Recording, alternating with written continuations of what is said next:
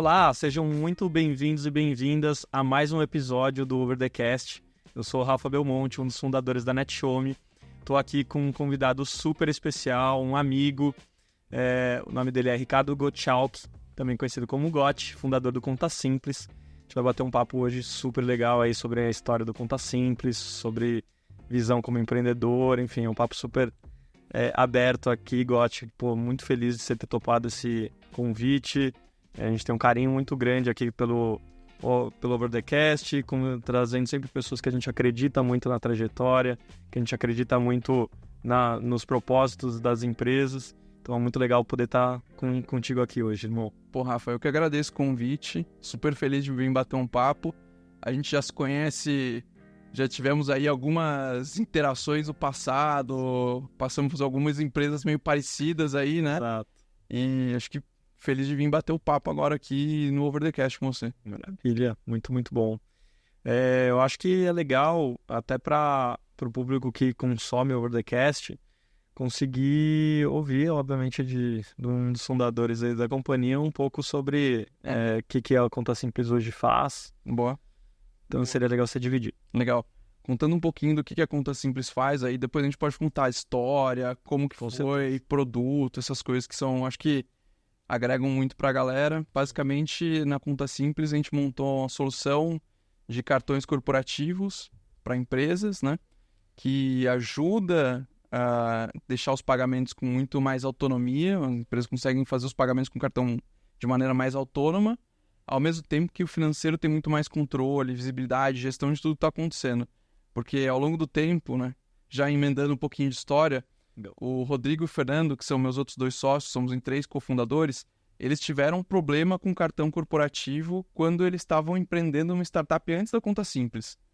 Então eles tiveram um problema com o cartão, sofreram com esse negócio, e aí foi quando a gente viu algumas referências fora do Brasil e estava começando um movimento de banco digital para pessoa física. A gente falou assim, cara, acho que tem oportunidade para fazer para a empresa esse negócio, e a gente está sofrendo na pele aqui, e ninguém resolve isso. Então, acho que ali foi um momento que a gente falou assim, poxa, acho que tem espaço pra gente resolver isso. Então, partiu de uma dor real que eles tiveram e se tornou um negócio e tudo que a gente tá fazendo hoje. Cara, muito, muito legal. Acho que dos maiores propósitos em se criar alguma coisa como empreendedor, muitas vezes é quando o empreendedor ele sente na pele o desafio, né? Uhum. No nosso caso, como NetShowMe, o Daniel, a gente começou essa companhia há 10 anos atrás. NetShowMe tinha uma abordagem diferente do que ela tem hoje. Lá atrás a gente oferecia soluções profissionais de transição ao vivo para o músico, né? Poder ganhar dinheiro através de transmissões ao vivo do celular, fazendo transmissões ao vivo do sofá de casa, enfim.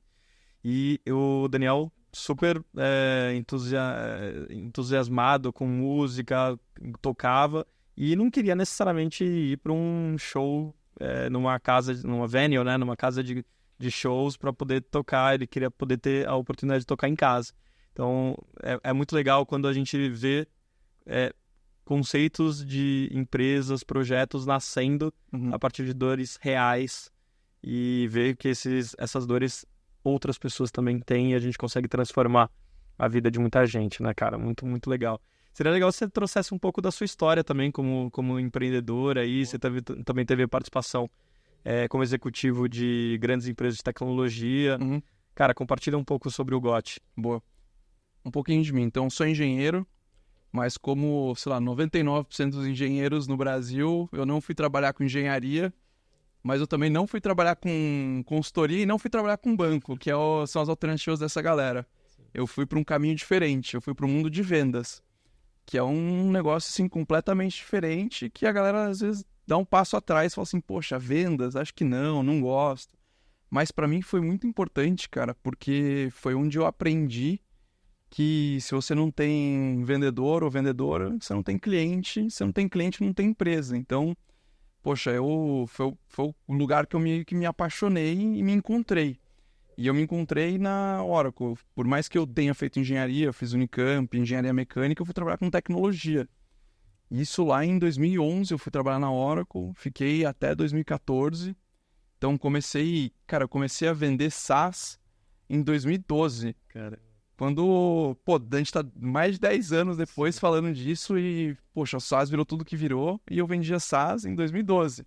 Então isso foi, super legal, porque eu aprendi um negócio completamente novo, trabalhei com empresas de telco e por aí vai, então foi super legal e foi onde eu aprendi a importância de vendas. E aí, com o próximo passo, uma das coisas que eu fiz foi começar do zero, algumas células de vendas dentro da Oracle, e eu falei assim, poxa, gostaria de fazer isso dentro de uma empresa pequena, onde vai ter oportunidade de crescer, ver coisas diferentes. E aí eu fui para a Stone. Entrei na Stone e tinha, sei lá, 70 pessoas, 70, 80 pessoas. Isso. Lá no começo. Entrou bem no começo. Entrei bem no comecinho, então consegui ver muita coisa assim se formando e tudo mais.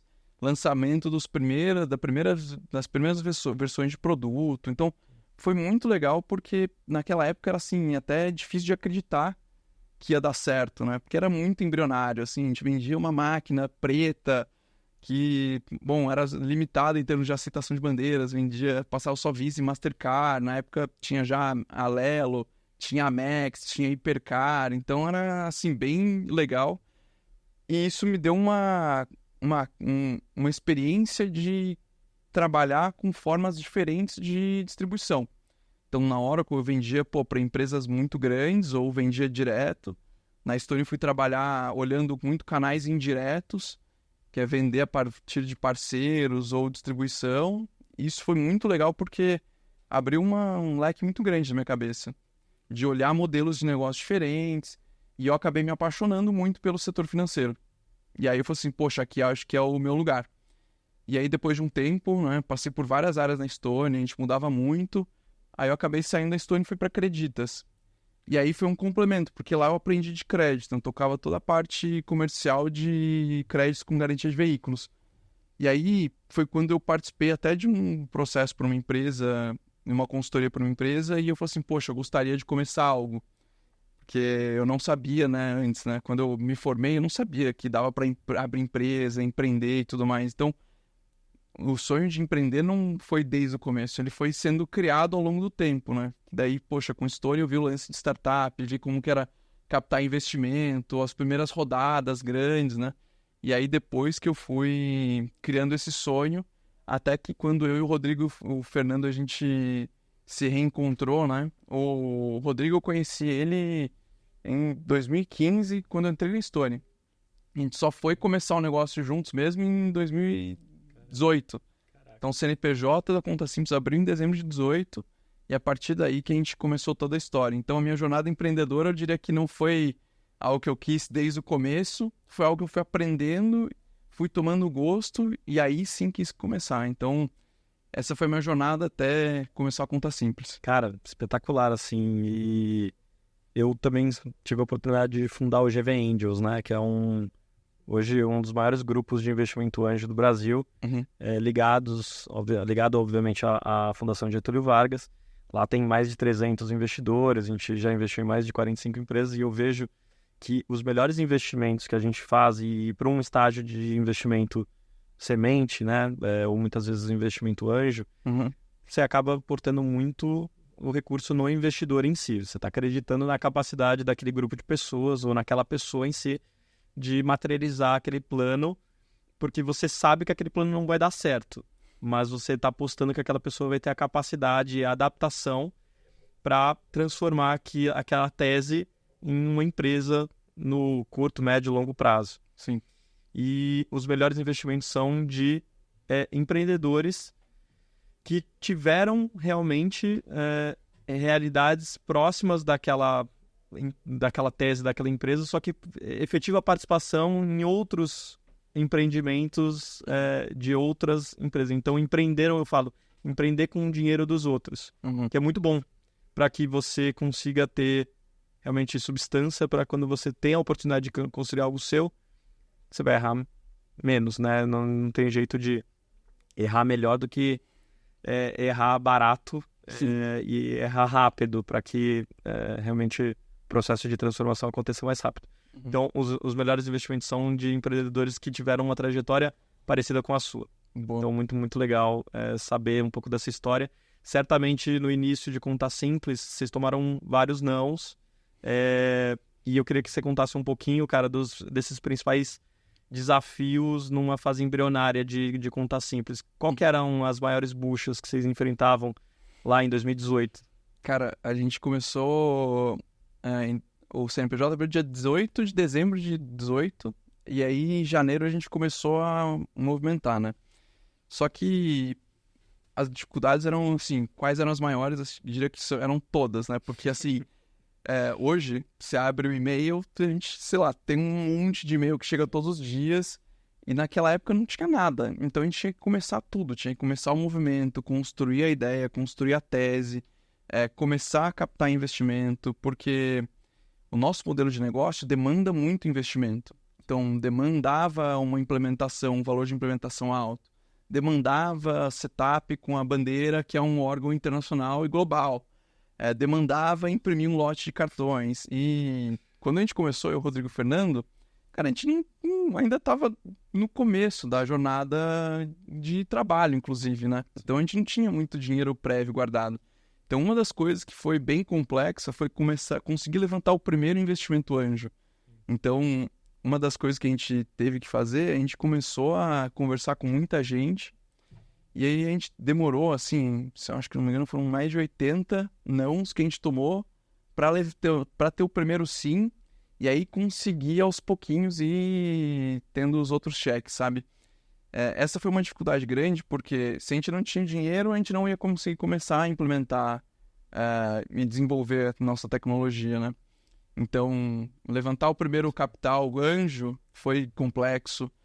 Montar um modelo de negócio era difícil, inclusive, porque era algo que não existia muito. A questão de cartão, já tinha cartão para pessoa física. Cartão para pessoa jurídica existia, só que não era algo ainda extremamente difundido. E aí, provavelmente só dos grandes bancos. Só dos grandes bancos. E aí, por exemplo, no começo da NetShowme, dificilmente você chegou, bateu num banco, ele já te deu um cartão. Sim. Porque muitas vezes ele fala assim, cara, mas me dá aí o seu balanço dos últimos 12, 24 meses, faturamento, e não tem. Sim. Só que às vezes uma startup tem, sei lá, 40, 50 milhões de reais no banco, e essas coisas não estão interligadas. Perfeito. Entre outras coisas que a gente foi descobrindo, mas o que foi fundamental pra gente foi fazer uma série muito grande de entrevista com potenciais clientes antes de começar a desenvolver a tecnologia. Então, até porque como a gente precisava movimentar, ter ideia, entender dor, o que a gente fez? Cara, de janeiro a março, a gente conversou com muita, mas muita empresa. Eu conversei desde um caminhoneiro PJ no interior do Paraná até uma empresa que faturava R$500 milhão ano. Conversei com o CFO, que é meu amigo hoje, e a gente viu que todo esse espectro de empresas tinha algum problema com cartão, ou com empresa com banco, problema com banco, inclusive. Cara, foram mais de 200 entrevistas que eu fiz. Caramba. Foi com muita gente. E detalhe, hoje existe um nome bonito que se dá pra isso, que é Discovery de produto, né? Mas cara, na época eu não sabia, entendeu? Porque eu sou um cara de vendas, eu sou um cara de negócio, de business development. E aí que a gente foi entender que era Discovery de produto. Cara, acho que até uma das coisas que eu aprendi depois, uma sugestão de livro, tem um livro que chama O Teste da Mãe. Caramba. Cara, esse livro, eu só fui conhecer ele agora há pouco, ano passado, só que ele mostra uma maneira muito inteligente de você fazer um discovery de produto bem feito, tirando os seus vieses. Porque é muito fácil você ir conversar com alguém, conversar com uma empresa da sua bolha, para você confirmar os vieses que você tem. Cara, eu diria que, e pelo meu background de vendas e tudo mais, que eu sempre fui de vendas consultiva. Então, eu consegui entender a dor do cliente ali, a gente conseguiu entender a dor do cliente, só que assim, eu acredito que tem um pedaço, um componente de sorte também, de não ter ido validar as hipóteses que a gente tinha na cabeça, sabe? E fazer esse processo de discovery muito bem feito, cara, é a diferença entre a vida e a morte numa empresa. Fazer o discovery bem feito, e aí depois tem uma outra coisa que teve um empreendedor que falou pra gente, falou assim, olha, não vai validar o seu produto com um amigo ou com uma amiga. Ele falou assim, vai para um cliente real, porque um amigo ou uma amiga, e isso tá no teste da mãe, inclusive, não vai te dar necessariamente o feedback real que você precisa, porque se a pessoa não gostar do seu produto, não servir, aquilo vai doer em você. E vai doer nela de falar que não funciona porque ela tá meio que destruindo um sonho seu. Ele falou assim, vai para cliente real, porque ele vai te falar que não tá funcionando, vai te falar o que tem de dor de verdade. E aí a gente foi.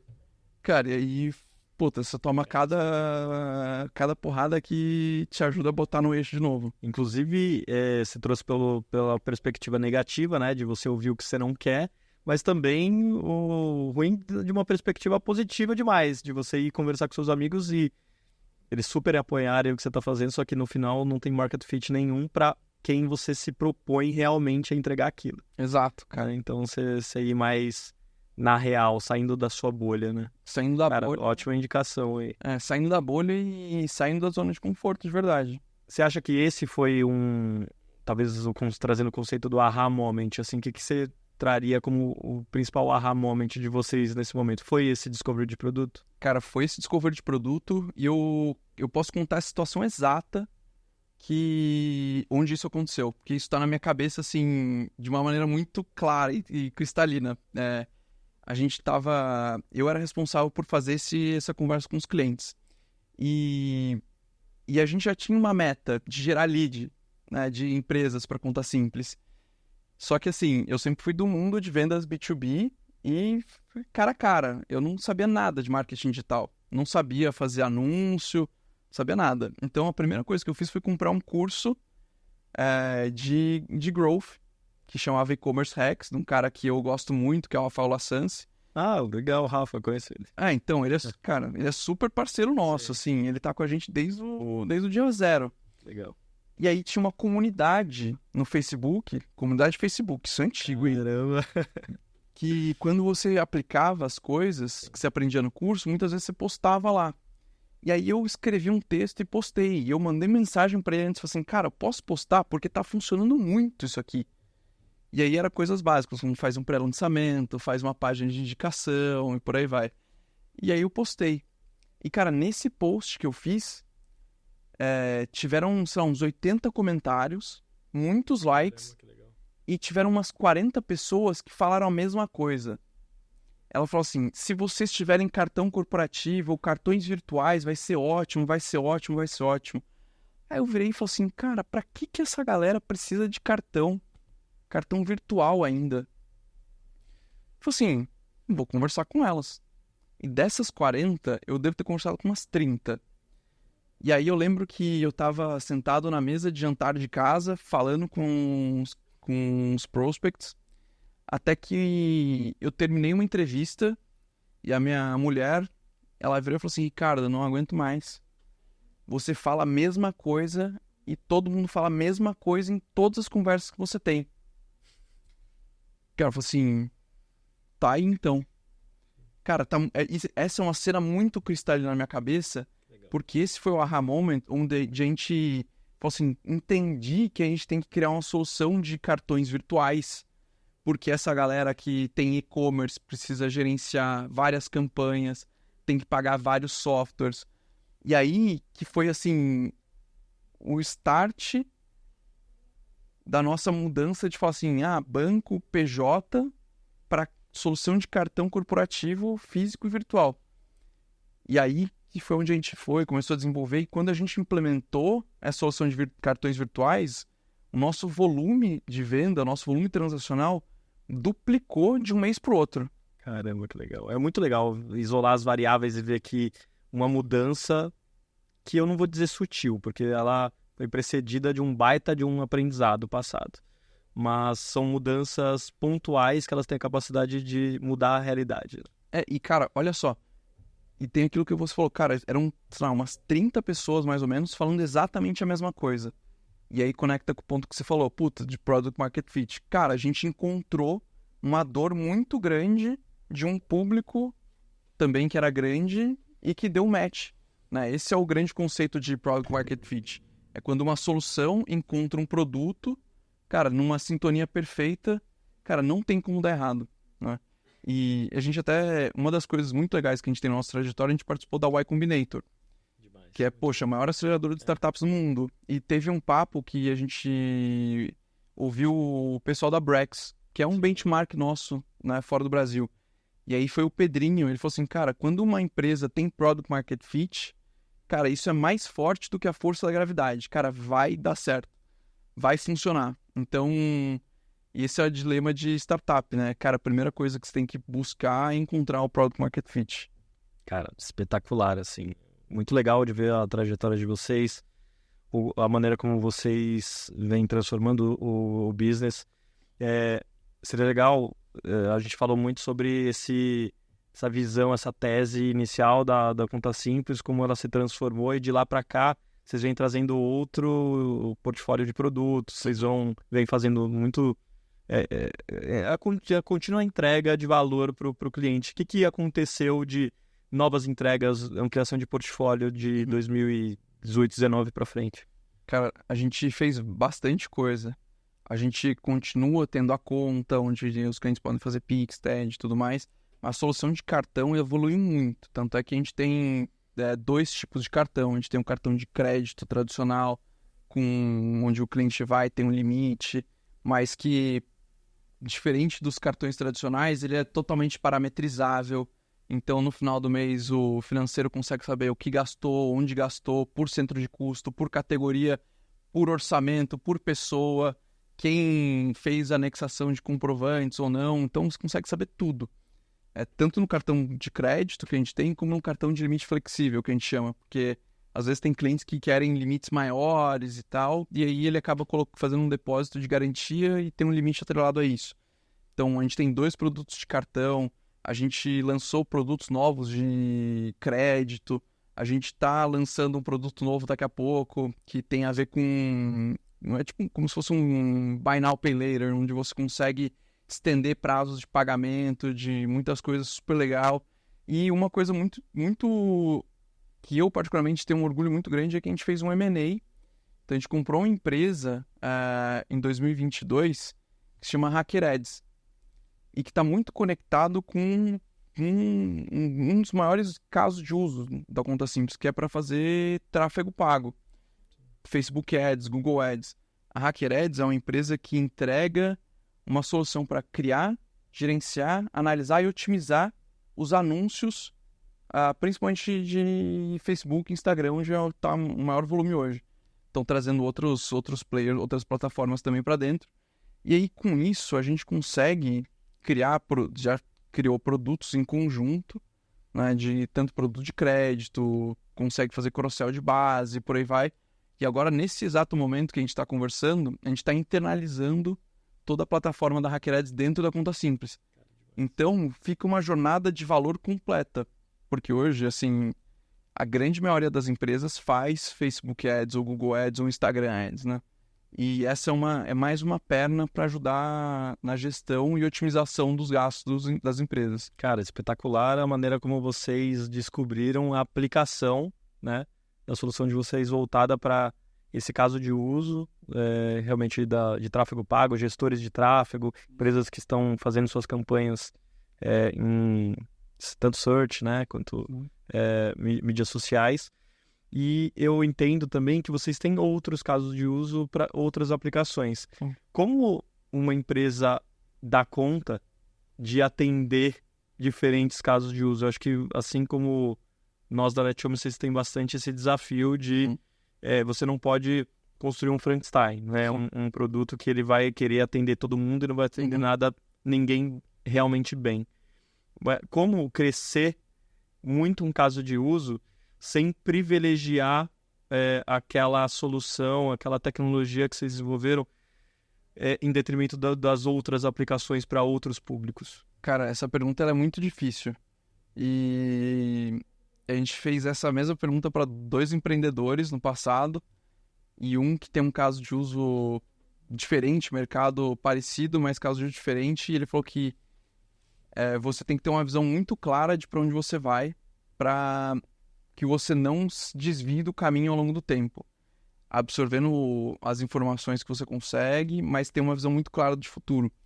Só que teve um empreendedor que foi mentor nosso, que ele falou um negócio muito legal, que ele disse assim, cara, quando eu tive mais sucesso, não foi necessariamente quando eu recortei os meus clientes ou a minha base, ou como eu fiz as análises por indústria ou por horizontal. Por exemplo, indústria de telecom, indústria de mídia, indústria de telco. Ou por tamanho só. De fatura até X milhões de reais por mês ou por ano. Ele falou, foi quando eu criei uma segmentação por comportamento.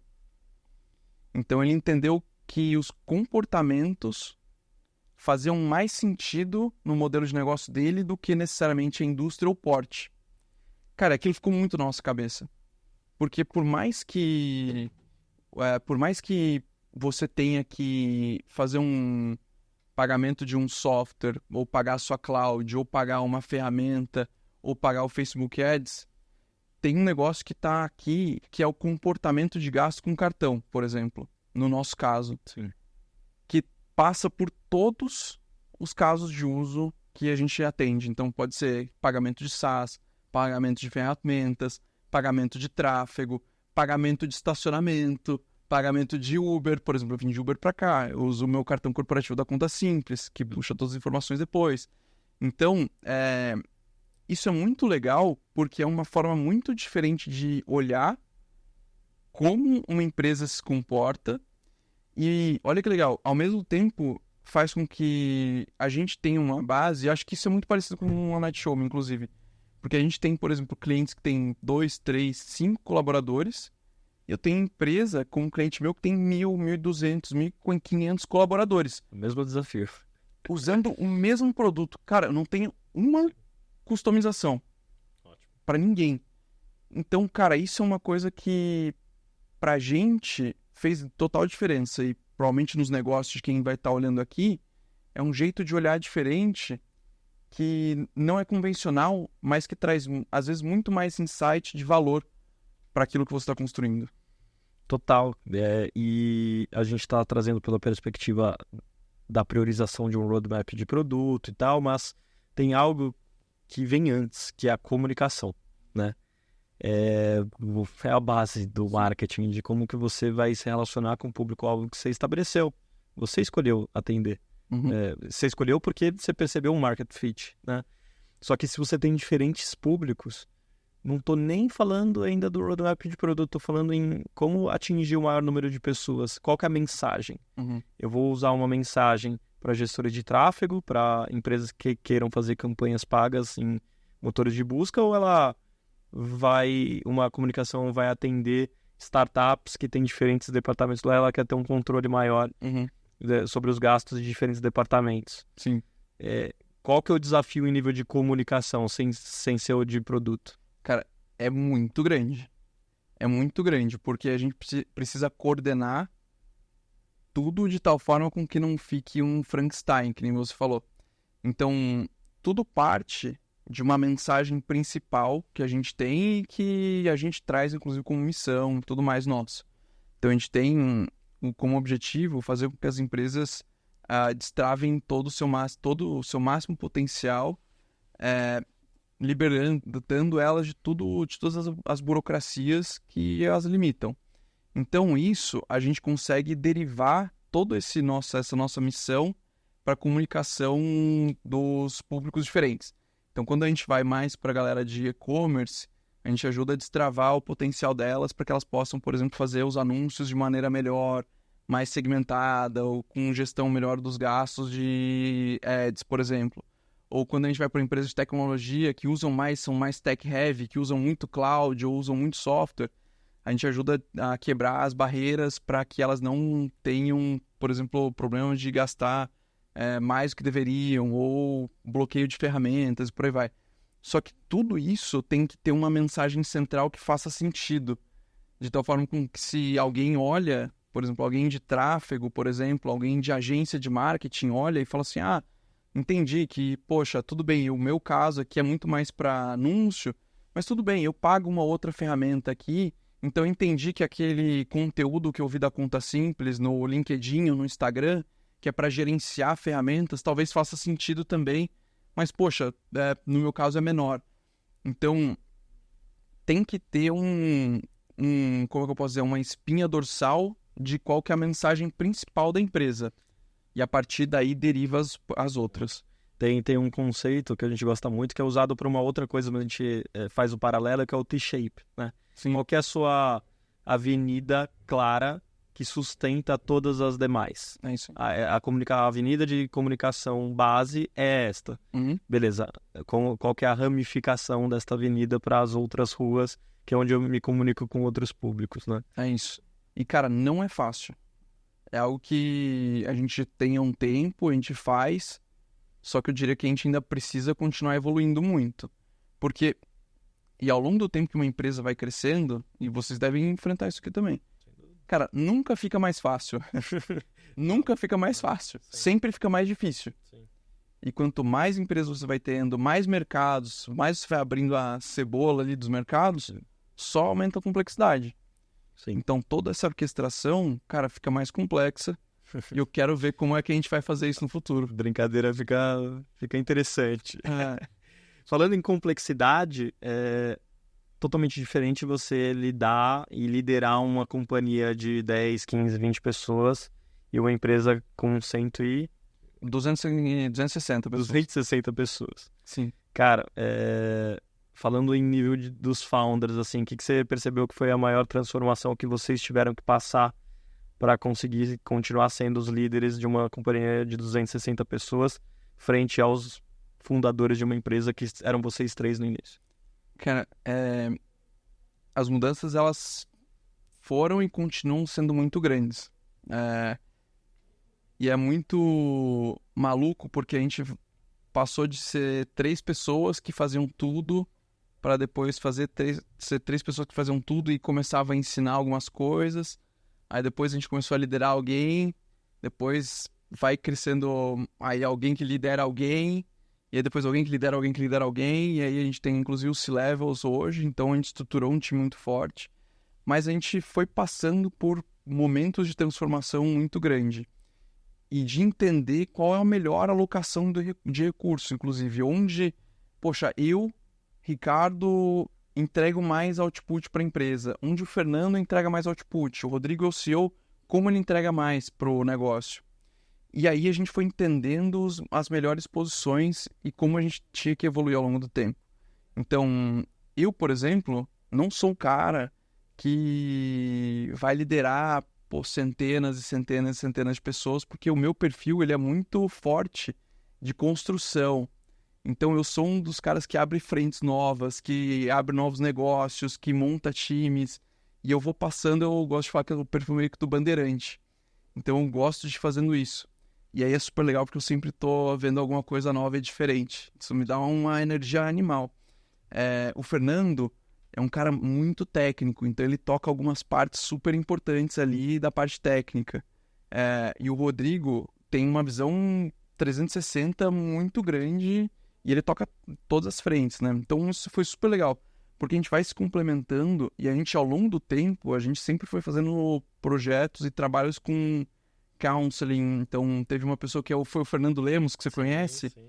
indicou o Thomas pra gente, que ele foi nosso counselor e sempre dá, a gente faz refresh com ele, a gente trouxe uma outra pessoa também que foi ajudando a gente, foi ajudando a nos desenvolvermos, a criar um grupo forte, ajudar a entender quais eram os gaps que a gente tinha, inclusive de estrutura, porque a gente teve um momento que a gente percebeu que estava faltando, sei lá, middle management. Isso fazia com que a gente, como liderança C-Level, não conseguisse dar o próximo passo de desenvolvimento e ainda segurasse as pessoas que estavam ali. Mas tudo bem, foi um processo de aprendizado, a gente trouxe, organizou. Então, passa muito por mudanças e por autoconhecimento, passa por soft skills. A parte técnica, a gente cada um tem a sua especialidade, mas acho que mas a minha visão é que é muito mais por people skills e soft skills e autoconhecimento. Exato. É o processo de transformação que a empresa vai passando, principalmente por conta do número de pessoas que vão fazendo parte desse grande sonho, né? Sim, e aí uma coisa que, na minha visão, mudou o nosso jogo foi quando a gente falou assim, olha, vamos estruturar um C-Level pra gente. Sim. Um time que vai ajudar a liderar as frentes que a gente tem, porque poxa, só de produto e tecnologia, a gente deve ter mais de 100 pessoas, a gente deve ter umas 120, 130 pessoas. É muita coisa. Então a gente começou a estruturar o C-Level para que eles conseguissem assumir cada vez mais posições e que a gente também conseguisse dar os próximos passos e, inclusive, trazer muito mais técnica. Então a gente trouxe CFO, trouxe CMO, trouxe um CPTO, trouxe uma COO para dar cadência no negócio. E isso foi muito bom porque a gente se estruturou ainda melhor. Cara, muito, muito legal. Vocês estão, sem dúvida, num caminho muito, muito bom. E eu fico super feliz também. Fiquei super feliz com a notícia de que vocês, ano passado aí, foi anunciado no começo desse ano, vocês fizeram uma captação super relevante para vocês, para o crescimento, para continuar essa trajetória exponencial de crescimento de vocês, que foi uma captação de 200 milhões de reais, né? Foi a série B de vocês. Sim. Eu fiquei super feliz como brother, como também sócio também do SaaSholic, né? Que também é investidor de vocês. Pô, em relação ao caminho que vocês estão seguindo, sem dúvida é a continuação da tese que vocês desenvolveram lá atrás. Óbvio que com outras responsabilidades, né? Muito maiores, que é o que a gente está falando, os desafios sempre se tornam maiores. Sim. Mas eu queria que você trouxesse um pouco do que significa receber esse tamanho cheque em nível de para onde que vocês estão mirando esse foguete aí de vocês. Boa. Um cheque desse que nem no Homem-Aranha, né? Grandes poderes, grandes responsabilidades. Então, um cheque desse super relevante num momento onde o mundo de startup ainda está meio complexo, meio não, bastante complexo, de um ano muito difícil. É uma responsabilidade muito grande, porque a gente sempre, como eu falei, no começo a gente teve muita dificuldade para levantar round, para captar, e esse agora foi um pouco mais, a gente diria que foi mais fácil, entre aspas, porque a gente levantou um round com os investidores que já estavam dentro de casa. A gente não teve ninguém novo. Então, isso foi muito legal, porque mostrou como eles acreditam no negócio. Então, porque um processo de captação de investimento, ele leva muito tempo. Ele demanda muito esforço do time financeiro, demanda muito esforço da liderança, dos fundadores. Só que a gente acabou não tendo essa parte. A gente nem deck fez, por exemplo. Nem pitch deck a gente fez porque... É meio atípico. Porque os próprios investidores já vinham acompanhando e falaram assim, cara, acho que tem espaço, acho que dá para fazer. É o melhor processo possível. É o melhor processo possível. E aí a gente acabou... A gente recebeu um term sheet meio que sem estar combinado, sem falar nem nada. A gente até chegou a falar, poxa, obrigado, não é o momento e tudo mais. Porque a gente tinha levantado um Series A de 122, mais ou menos, milhões de reais em 2021. E a gente queimou mais ou menos uns 30% só. 30%, 35% desse dinheiro. Porque a gente sempre foi muito consciente em relação a dinheiro. A gente nunca quis gastar dinheiro, gastar os recursos de qualquer jeito e crescer a qualquer custo. A gente sempre foi bem consciente.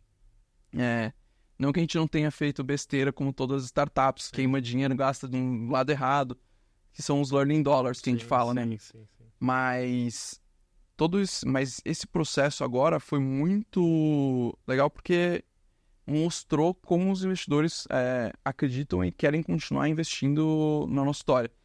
E as responsabilidades que a gente tem são muito grandes, porque agora a gente não só, como Conta Simples, continua sendo uma startup e tudo mais, mas agora a gente tem uma licença do Banco Central. Cara, a gente tem uma licença, então a gente tem outro nível de responsabilidade, inclusive. E tudo isso apontando para o futuro de continuar levando a empresa para mais, levando a Conta Simples para mais clientes, desenvolvendo novos produtos, trazendo mais gente boa para dentro do barco. Então tem uma série de iniciativas que a gente está fazendo e que a gente está aplicando para dar os próximos passos, sabe? E uma coisa que a gente sempre quis e sempre quer trabalhar para continuar sendo é muito diligente com o investimento, com onde a gente vai alocar o capital, para que, poxa, a gente nunca passe por uma situação onde a gente não quer passar, entendeu? Então, isso acho que são grandes responsabilidades que a gente tem. E olha só, Cara, eu sempre penso assim, a gente tem responsabilidade com as pessoas. A gente tem 260 pessoas na empresa, 250. São 260 famílias. Exato, são 260 famílias. Se uma família média no Brasil tem 4 pessoas, cara, são mais de 1.000 pessoas que a gente toca ali diretamente, praticamente. Cara, e mais os clientes, cara, com a vezes a gente tem, sei lá, 30 mil clientes. Cara, então é muita coisa. Então a responsabilidade ela é muito grande. Sim. Então é um jeito como a gente gosta de levar o negócio, assim. Cara, já era fã, cada vez fico mais fã aqui te ouvindo, cara. Eu acompanho um pouco da história de vocês aí nos últimos anos, temos investidores em comum. Sim. Cara, muito, muito legal a trajetória que vocês têm seguido. Daria pra ficar aqui 3, 4 horas batendo esse papo. Queria muito te agradecer, de verdade, por estar aqui, por ter topado, aceito o nosso convite de participar do Over the Cast. Como eu te falei, a gente tem um carinho muito grande em compartilhar conteúdo, informação, conhecimento que possa fazer com quem está assistindo e ouvindo a gente agora. Se tirar uma coisa desse papo aqui, eu acho que já valeu, já pode transformar a vida de muito empreendedor, muito executivo de grande empresa, que está pensando em se aproximar desse mundo de startups também. Uhum. Queria que você deixasse aí um aprendizado seu, algum ensinamento, acho que de tudo que a gente falou, dessa sua história, dessa sua jornada empreendedora, que possa fazer com que as pessoas refletissem aí, enfim, que você mais aprendeu aí. Cara, tem muitos aprendizados, mas uma das coisas que mudou a nossa jornada, mudou a nossa vida na Conta Simples foi ter participado da Y Combinator, que é a maior aceleradora de startups do mundo. Cara, passou Rappi, Airbnb, Dropbox, Brex, Coinbase, e foi muito orgulhoso, a gente tem um orgulho muito grande de ter passado por isso. Foi o que mudou a nossa história. E um aprendizado muito grande que a gente teve lá é de uma frase que eles repetem muito, que é strategizing is just another form of procrastination. Ou seja, ficar criando estratégias e mais estratégias e mais estratégias e não executar é só uma outra forma de procrastinar. E eu gosto de levar isso muito para mim, para tudo que eu faço, o nosso time faz, porque você só vai saber se aquilo vai dar certo, se aquela estratégia, se aquela tática, se o que você está planejando fazer vai dar certo na vida real, que é executando, que é fazendo, botando na rua. Sim. E está muito conectado até com o que a gente falou no começo. Sim. Então, essa é uma frase que eu sempre gosto de trazer, porque é um pouco, às vezes, um pouco menos de planejamento e às vezes um pouco mais de execução com aprendizado e interação rápida. Cara, é isso que muda o jogo, né? Você aprender e evoluir rápido. Então, que é um pouco até parecido com aquela frase do Elvis, né? A little less conversation, a little more action, please. Exato. Então, muito bom. É muito boa, cara, essa frase. Então, a gente tem ela estampada no escritório, inclusive. Demais, cara. Essa frase resume bem, exatamente, acho que história toda de Conta Simples. De startup, né? De startup. Tudo, inclusive, NetShowme, inclusive. Exato. Não estaríamos aqui se a gente não deixasse um pouco a estratégia de lado, né? E fosse pra rua para realmente fazer, colocando a mão na graxa e executando. Exato. A interação, o aprendizado colhido na realidade, ela vai trazer realmente grandes transformações pro negócio. Não é só ficar dentro de uma sala de reunião. Exato. Tem uma outra frase muito boa, né? Que se não me engano, é do Mike Tyson, que é todo mundo tem um plano até o primeiro soco. Exato. Que é um pouco disso também. Você pode saber exatamente o que você vai fazer em cima do ringue. Sim. Cara, o primeiro soco muda tudo. Todo o seu planejamento, você vai deixar ele lá e você vai ter que se adaptar. Uhum. Né? Então, muito legal, cara. Obrigado por estar aqui junto com a gente. Espero que vocês aí tenham curtido. Esse conteúdo ele vai estar distribuído dentro do Flow NetShowme, nossa plataforma de OTT, bem como também nas plataformas aí de streaming, Spotify, enfim. Então, agradeço aí sua atenção, espero que vocês tenham curtido e até o próximo Over the Cast. Valeu!